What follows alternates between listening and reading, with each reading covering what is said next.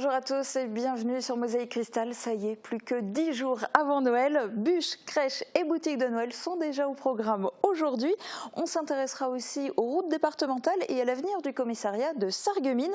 Voici le flash info du jour pour un aperçu en images. Le livre blanc de la sécurité intérieure 2020 est paru. Une réorganisation des forces de l'ordre sur le territoire fait partie des 200 propositions relevées.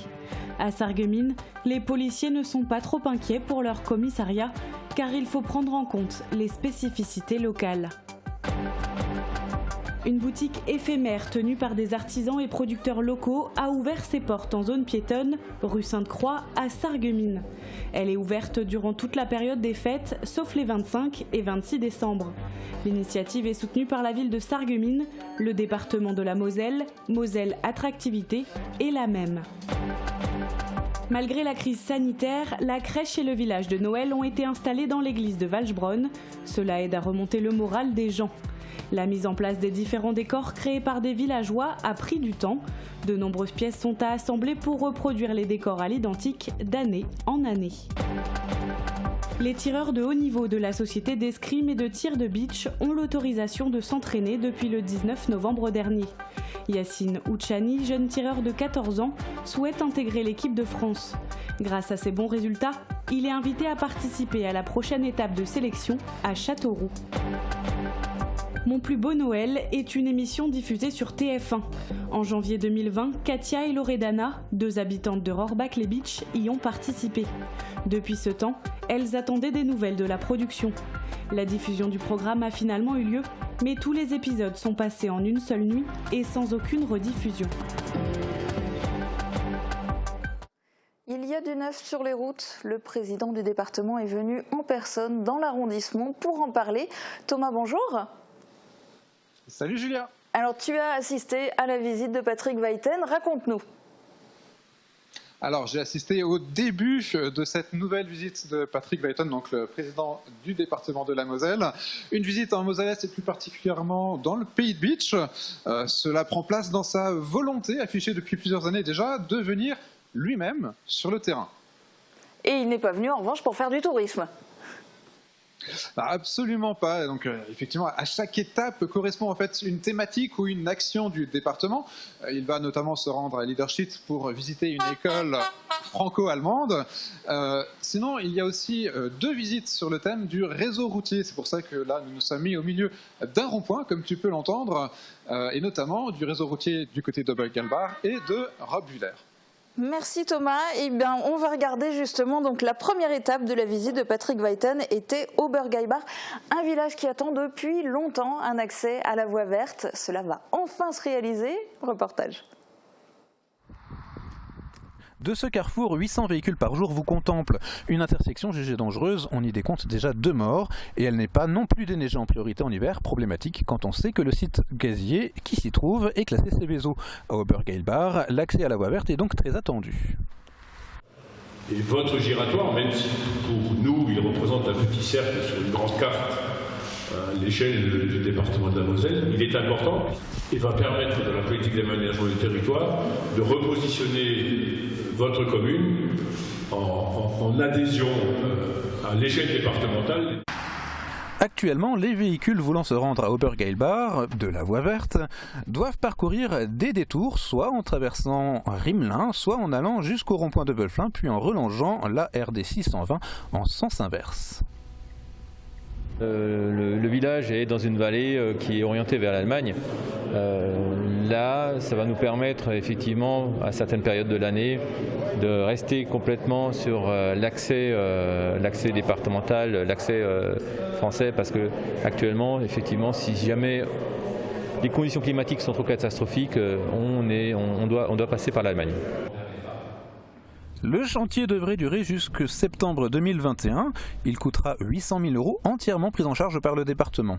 Les automobilistes devront encore un peu patienter avant de pouvoir parcourir ces quelques décamètres de bitume. Le réseau routier départemental est un des points importants pour la Moselle. La venue du président du département a permis à Thomas de s'entretenir avec lui à ce sujet. Bonjour Monsieur Buyten, comme à chacune de vos visites sur le terrain, le programme est chargé. Pourtant là il y a une thématique qui ressort, c'est le réseau routier entre ici à Burgelbach et puis tout à l'heure à Robwiller. Est-ce que vous pouvez un peu nous rappeler dans les grandes lignes l'action du département au niveau des routes? Elle est majeure puisque nous avons la responsabilité de la gestion d'un réseau de 4300 km de routes sur l'ensemble du territoire, dans un maillage total qui concentre à la fois des investissements sur l'urbain mais également sur les périphéries urbaines ou rurales. Et c'est 40 millions d'euros que nous allons investir cette année, à la fois 30 millions d'euros sur le programme normal et 10 millions d'euros sur le plan de relance. Donc on va augmenter l'enveloppe qui était prévue initialement aux investissements routiers. Alors comment, au niveau du département, on gère les priorités pour les routes? Parce qu'on a bien compris là pendant votre discours que certains projets vont plus rapidement que d'autres. Comment sont faites les priorités finalement? Alors les priorités sont déjà dans une programmation, ne tenant pas compte des contraintes que l'on a à surmonter après. Alors, la première des priorités, c'est un bon entretien de notre réseau et notre maillage routier pour préserver les infrastructures. Donc la superstructure, les fondations, ensuite pour mettre un revêtement qui soit sécurisé et éviter les infiltrations, ensuite les dégradations que l'on pourrait avoir. Le deuxième niveau, c'est un niveau de sécurité. Ici, au Burgelbach, c'est le problème d'échange, voilà, qui est dangereux, sur lequel on va aménager, réaliser un giratoire. Et pour nous, la sécurité routière fait partie de nos grandes priorités. Il faut qu'on réduise le nombre d'accidents et surtout le nombre de tués sur nos routes départementales. Et le troisième niveau, c'est une politique d'aménagement du territoire. Pour nous, c'est aussi absolument essentiel. On réfléchit à certains projets, en particulier ici sur votre territoire. Et ça fait partie de ces trois priorités. Ensuite, lorsqu'on a décliné ces priorités dans un programme départemental, à l'échelle d'1 million d'habitants, on voit quelles sont les contraintes et comment on peut planifier ça dans le temps, année par année. Quelquefois, des dossiers mettent du temps à sortir parce qu'on a la contrainte archéologique, on a la contrainte de l'acquisition foncière, on a la contrainte liée à la préservation de la biodiversité. Donc, c'est pas toujours très facile. On a des fois des dossiers qui vont durer 3, 4, 5, 6 ans. Nos concitoyens ne le comprennent pas, mais c'est la durée nécessaire. Ici, on a décidé il y a déjà longtemps, il y a 30 ans que ça avait été décidé, vous imaginez cet échange, et nous sommes là dans une réalisation. Maintenant, une fois que tout est lancé, c'est dans les 6 mois, la réalisation va être livrée. Alors, le réseau routier, au niveau du département, c'est quand même énormément d'argent. Est-ce qu'il faudrait craindre, comme ça peut l'être pour d'autres réseaux, par exemple les voies ferrées ou ne serait-ce que les petits bureaux de poste, que finalement les petites routes soient délaissées par rapport aux plus grandes, ou est-ce qu'il y a vraiment un plan qui intègre tout le réseau routier au niveau du département? Alors, naturellement, on ira plus facilement investir sur une route qui accueille 20 à 25 000 véhicules jour que sur une route qui accueille 150 véhicules jour. Bien évident. Mais on a une vision complète. C'est pour ça que j'ai territorialisé les services routiers qui connaissent mètre par mètre chacune des routes départementales dans la programmation des investissements. Et pour nous, c'est indispensable. Donc les sommes qui sont consacrées à l'investissement augmentent. On était à 30, on sera à 40 millions sur les routes cette année. Donc on va y concentrer des moyens supplémentaires parce que c'est aussi une redistribution de richesse dans l'entreprise des travaux publics. Parce que c'est aussi ça qui est important. Il y a une dimension économique à l'investissement que nous réalisons. Et nous ne ferons pas d'économie sur l'investissement. Au contraire, on va augmenter de façon significative puisqu'on a adopté un plan de relance à 342 millions dans les 5 années à venir, dans les collèges, sur nos routes et les autres équipements de proximité dont le département a la responsabilité. Monsieur Buyten, merci beaucoup. Merci à vous. On s'intéresse maintenant aux forces de l'ordre et plus précisément à l'avenir du commissariat de Sarreguemines. Des plans de redécoupage, il y en a déjà eu en 1997 et en 2012. Avec le dernier livre blanc en date, 200 propositions sont ressorties, notamment une réorganisation des forces de l'ordre sur le territoire. Un remaniement qui pourrait entraîner la suppression d'une douzaine de commissariats en Moselle s'il était appliqué tel quel. Qu'en est-il à Sarreguemines? Explication dans ce reportage d'Uranie Tozic. Rien n'est acté, ce ne sont que des préconisations et à Sarreguemines, les policiers ne sont pas trop inquiets. Certes, avec un nouveau découpage des territoires entre police et gendarmerie, certains postes de police seraient supprimés. Actuellement, un commissariat existe sur les territoires de 20 000 habitants. Avec le nouveau livre blanc, les circonscriptions de moins de 30 000 habitants seraient données aux effectifs de la gendarmerie. Donc Sarreguemines, ayant 21 000 habitants, devrait basculer logiquement, d'après les recommandations, en zone gendarmerie. Mais bon, il faut quand même prendre en compte les spécificités locales. Il y a notamment la présence du tribunal de grande instance à Sarreguemines, il y a la maison d'arrêt, il y a le CHS, donc il y a pas mal de missions chronophages. Mais aussi une section spéciale pour l'extraction et le transfert de détenus qui demande beaucoup d'effectifs et qui n'existe que dans 17 autres commissariats en France. Pour rappel, sur l'arrondissement, une cinquantaine de policiers est actif jour et nuit. Et si des réflexions sont en cours sur une nouvelle répartition des territoires, aucune décision n'a été prise ce jour. Et dans un communiqué envoyé aujourd'hui, la préfecture de la Moselle précise que ce livre blanc de la sécurité intérieure est un document de réflexion, mais qu'il n'est en aucun cas question de fermer des commissariats de police en Moselle. Dans ce document, il est écrit à propos de l'activité policière à Sarreguemines: ce commissariat, qui a fait l'objet en 2017 d'une mise aux normes d'accessibilité, fait régulièrement l'objet d'investissements immobiliers. Ni elle ni aucun autre fonctionnaire ou personnel administratif de la DDSP 57 n'a à craindre une remise en question de son poste. On reparle maintenant du marché de Noël à Sarreguemines. Son annulation a été un crève-cœur dans la cité faïencière, mais la ville et plusieurs de ses partenaires permettent quand même à des artisans et à des producteurs de vendre leurs produits de fête dans une boutique éphémère située rue Sainte-Croix. Reportage de Guillaume Dumonteil. Crise sanitaire oblige, cette année la période de Noël n'est pas comme d'habitude. À Sarreguemines, les chalets sont absents, mais la musique dans les rues et les lumières sont là pour nous rappeler cette période de réjouissance. Et depuis samedi dernier, il est même possible de rencontrer des exposants que l'on retrouvait les années passées dans les chalets du marché de Noël. La ville de Sarreguemines, le département de la Moselle, la même et l'association des producteurs du Pays de Bitche leur ont offert ce cadeau. C'est inespéré, ça c'est sûr. Je ne m'attendais pas à grand chose cette année, comme partout les marchés étaient annulés. Donc l'initiative d'une boutique éphémère, c'est super. On a été agréablement surpris par cette décision. Ça nous permet de travailler un petit peu. Donc ça ne remplace pas le chalet, c'est sûr, mais c'est une très belle démarche qui plaît notamment déjà à nous, et les clients aussi sont ravis de pouvoir nous retrouver ici. Cette boutique éphémère est située rue Sainte-Croix. Elle a ouvert samedi dernier et sera officiellement inaugurée cet après-midi. Sans attendre, des clients s'y sont déjà rendus. Tout le week-end, on a eu beaucoup de monde, et ils sont vraiment très heureux de nous retrouver et de voir que la ville a pu organiser un tel événement. Ah oui, ça marche, je ne plains pas. C'est très bien, je trouve, il y a beaucoup de monde qui passe.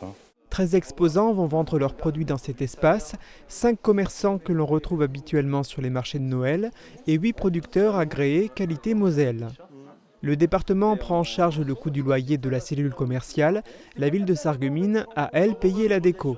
Initialement, cette boutique éphémère devait fermer ses portes le 24 décembre. Finalement, la date a été repoussée. On va prolonger l'opération donc jusqu'au 31 parce que finalement les exposants vont pouvoir en profiter. Il y aura du monde vraisemblablement jusqu'en fin d'année.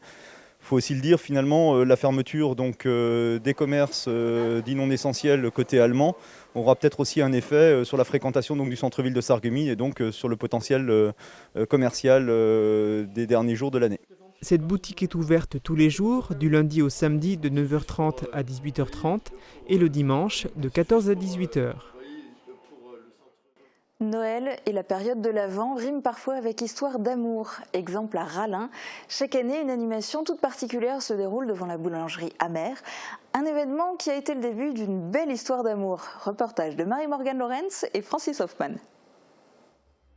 C'est la belle histoire de Marie.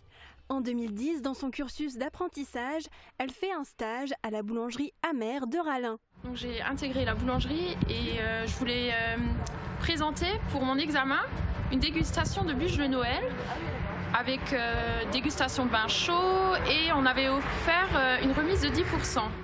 Le stage et l'opération des bûches de Noël sont concluants, à un tel point que Marie devient Madame Amer. Et depuis 10 ans, elle reconduit cette opération avec succès.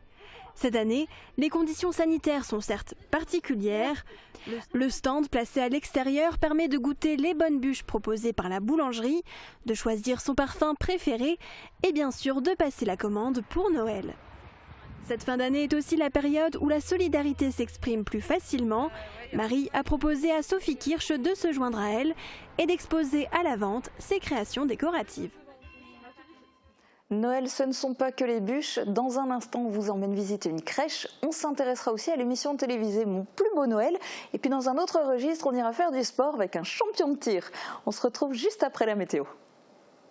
La météo vous est présentée par le Crédit Mutuel. Une banque qui appartient à ses clients, ça change tout. Qu'il vente, pleuve, fasse froid ou chaud, une maison isolée par Moder Habitat reste agréable et saine au fil des saisons.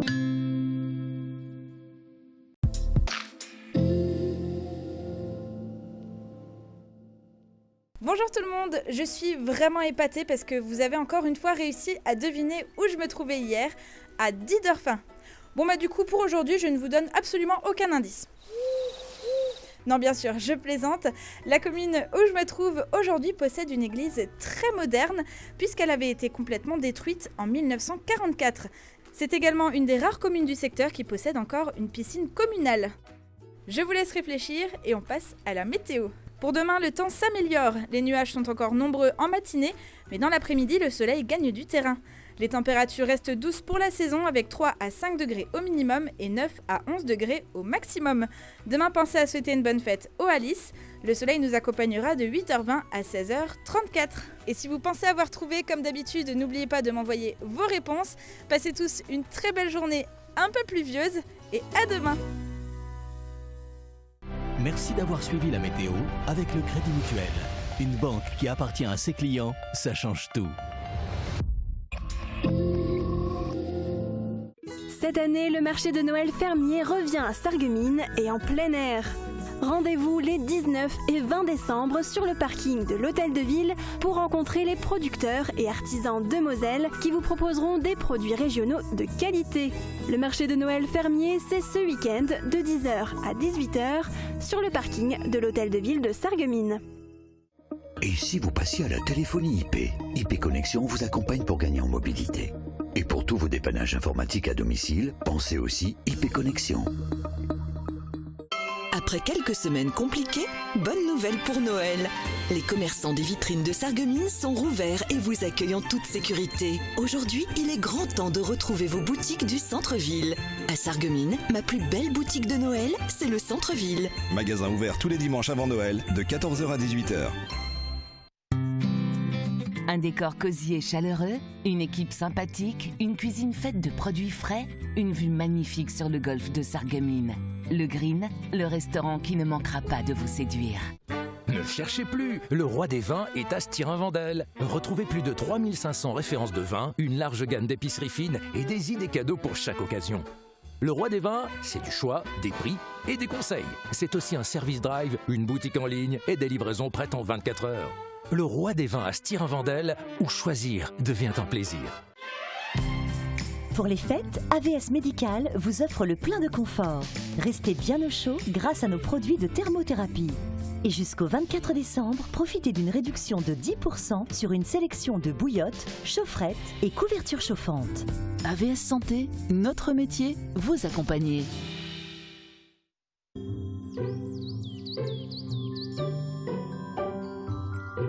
Faire briller les yeux des enfants au sentier des lanternes? Faire renaître l'histoire des boules de Noël par les maîtres verriers? Pour faire de chaque moment une fête? Chez nous, en Moselle, la magie de Noël est tout un art.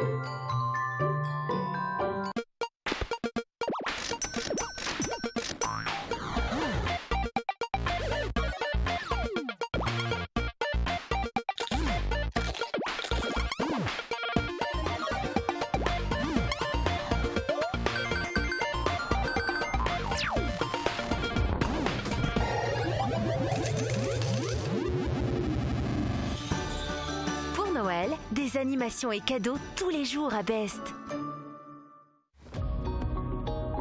Il paraît que les appareils auditifs ne tiennent pas bien, qu'on les perd facilement. Alors aujourd'hui, on a des outils comme celui-ci, c'est un scanner en 3 dimensions. On va scanner l'intérieur de votre conduit auditif et on va avoir quelque chose qui va coller parfaitement sur mesure.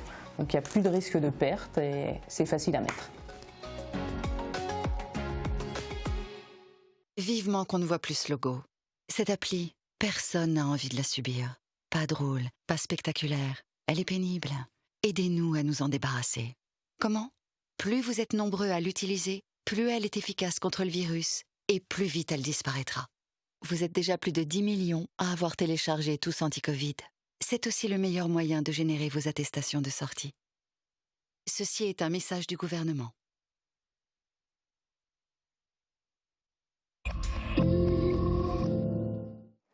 C'est la période d'installation des crèches dans les églises. Cette année, nous avons suivi la mise en place de la crèche de l'église de Walchbronn.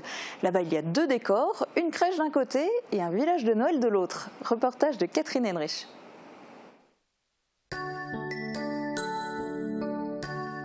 Bienvenue à l'église de Walchbronn. Depuis quelques jours sont installés la crèche et le village de Noël. Mais pour en arriver là, il a fallu un peu de travail. Environ 1 semaine pour respecter les restrictions sanitaires et ne pas être trop nombreux sur place en même temps. Mais malgré cette organisation compliquée, il était important de faire cette installation.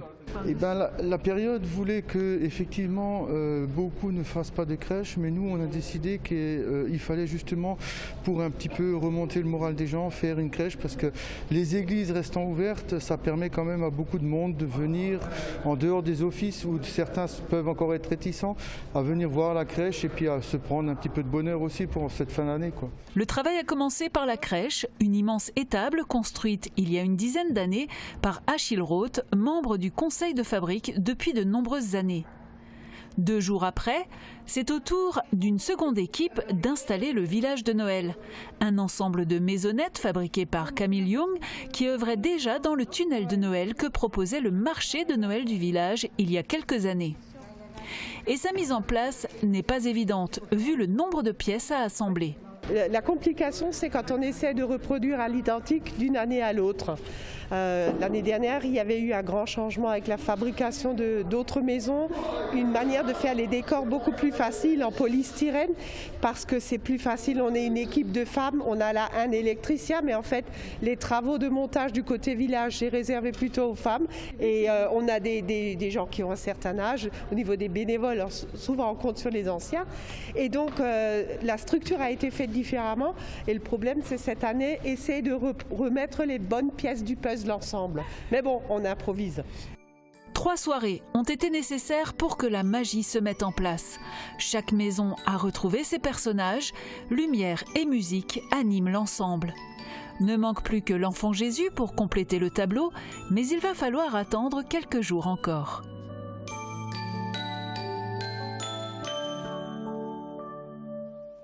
Elles ont attendu 1 an. Katia et Loredana Pecker trépignaient d'impatience avant la diffusion de l'émission Mon plus beau Noël sur TF1, mais elles ont été déçues. Elles ont participé à l'enregistrement en janvier 2020. Le programme devait être diffusé sur 1 semaine durant ce mois de décembre. La production avait annoncé son report puis son annulation pour finalement diffuser tous les épisodes de nuit et sans rediffusion. Marie-Morgane Lorenz a rencontré ces 2 participantes. Et tout ça, c'est... J'allais pleurer quand je vois ça. Quelques rares photos et vidéos captées entre 2 prises. Les autres souvenirs de tournage, Katia et Loredana les gardent précieusement dans leur mémoire. Il y a bientôt 1 an, les 2 belles sœurs ont participé à l'émission de TF1 Mon plus beau Noël. C'est 4 binômes, on arrive chez chacun. On est jugé sur le repas, sur la déco et sur une animation. Elles attendaient avec impatience la diffusion du programme cet hiver en début de soirée. Un coup reporté puis tout simplement annulé, la production a finalement écoulé les épisodes dans la nuit de vendredi à samedi à partir de 1h45. Les 2 participantes ont donc pu enfin visionner les images de cette aventure hors du commun. Si je dois vraiment retenir quelque chose de cette semaine de tournage, c'est très belle rencontre. Parce qu'entre candidats, on a eu un énorme coup de cœur et je pense qu'ils n'ont pas dû voir ça souvent. On a vraiment eu un réel coup de cœur. D'ailleurs, ça fait 1 an que l'émission est tournée. Je suis en contact avec la majorité. Katia et Loredana ont investi beaucoup de temps et d'argent dans la préparation de cette émission, mais elles ont aussi fait appel à des commerçants locaux qui auraient pu bénéficier d'une plus grande mise en lumière. Il y avait des traiteurs, il y avait le boulanger, il y avait plein de prestataires qui étaient dans cette aventure. Et puis justement, dans cette période difficile, ça aurait été sympa qu'ils se fassent connaître. Je pense à la boule de Meisenthal. Le site de TF1 ne propose cependant pas de visionner en replay le programme, mais Katia et Loredana ont évidemment pensé à l'enregistrer. Sport de compétition à présent. À Beach, la société d'escrime et de tir a obtenu l'autorisation d'entraîner ses tireurs de haut niveau. Les entraînements ont repris le 19 novembre. 2 tireurs sont concernés, Sébastien Roth et Yacine Ouchani. Âgé de 14 ans, Yacine se prépare pour une éventuelle sélection en équipe de France. Reportage de David Aurès. Le moindre millimètre compte. La posture doit être parfaite. Concentration, discipline, précision. Depuis le 19 novembre, Yacine, tireur beachois de 14 ans, peut à nouveau s'entraîner au gymnase de l'école Baron de Gunzer. J'étais content de reprendre. Le club m'a proposé de revenir parce que j'étais inscrit sur la liste ministérielle de haut niveau. Ça m'a fait du bien quand même. Un grand soulagement. Tous les tireurs haut niveau du club sont concernés. Une autorisation de la préfecture et de la municipalité était nécessaire. Pour Yacine, l'enjeu est de taille. Il souhaite intégrer l'équipe de France. Ils reprennent des automatismes, ils les travaillent, c'est-à-dire le lâcher, la position, ils travaillent ça finement de manière à pouvoir reproduire exactement le même geste tout le temps. Le lâcher, c'est l'action d'appuyer sur la détente jusqu'à ce que faire partir le coup. Et donc il faut appuyer de manière à ce que l'arme ne bouge pas, il ne doit pas y avoir de réaction de l'arme. Lorsqu'il prépare une compétition, Yacine s'entraîne durant 2h à 2h30, 3 à 4 fois par semaine. L'entraîneur est à sa disposition. C'est lui qui me dit je viens m'entraîner tel jour à telle heure et puis moi je viens, je regarde ses entraînements, je corrige certaines choses et puis quand il a envie de s'arrêter, il s'arrête. Et je lui conseille de ne pas dépasser la dose parce qu'après on se fatigue et on se fait mal. Si on chope une tendinite, c'est foutu. Les 28 et 29 novembre, Yacine a participé aux sélections nationales à Châteauroux en pistolet 10 mètres, une première étape pour réaliser son rêve. Le premier match, j'ai fait 546. Il était assez moyen, j'étais assez fatigué. Mais après, en finale, j'ai réussi à être deuxième tout de même. Ensuite, le deuxième match, j'ai fait 565. Je l'ai très bien tiré. J'ai terminé même par une série à 99 sur 100. Le total de ces 2 matchs m'a permis d'être deuxième, à 1 point du premier. Grâce à ces résultats, Yacine a été invité à participer à la prochaine étape des sélections du 15 au 17 décembre, également à Châteauroux. La saison dernière, il a fini 6e des championnats de France à Niort. De très bonnes performances pour le tireur qui a démarré sa carrière à Beach il y a 7 ans. S'il est sélectionné, les entraîneurs de haut niveau vont eux prendre la suite pour l'emmener plus haut et trucs parce qu'il y a une coupure à partir de ce moment-là. Quand on a un jeune qui arrive à ce niveau-là, on ne peut être que satisfait. J'ai tous les moyens pour réussir et pour m'entraîner aussi. Je resterai licencié à Beach car c'est mon club où j'ai commencé et j'espère le terminer ici aussi. Prochaine étape, le club souhaiterait voir ses jeunes licenciés reprendre le tir le plus tôt possible. Côté compétition, la reprise des championnats régionaux est prévue en février 2021, suivie des championnats de France en mars. Et vous pouvez suivre les résultats de Yacine et des autres compétiteurs sur la page Facebook de la Société d'escrime et de tir de Beach. Et vous pouvez revoir ce reportage sur la page Facebook de Mosaïque Cristal, comme tous nos autres reportages, ainsi que les épisodes de nos 2 lutins. Aujourd'hui, ils attendent avec impatience un appel du Père Noël. Mais un incroyable secret va être révélé.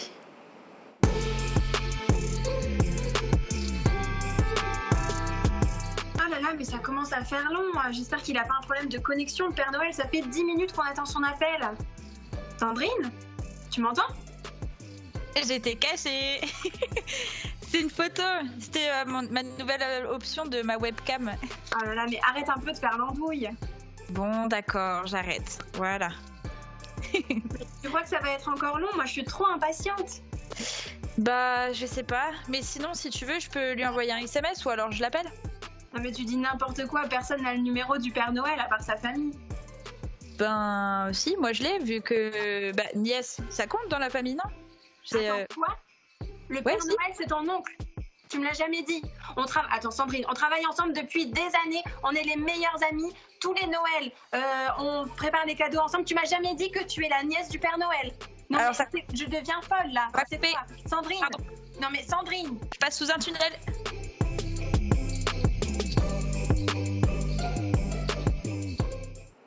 Prochain épisode des lutins demain à voir sur Numéricable, sur les box Bouygues, Orange et SFR, ainsi que sur notre site internet www.mosaïque-cristal.tv.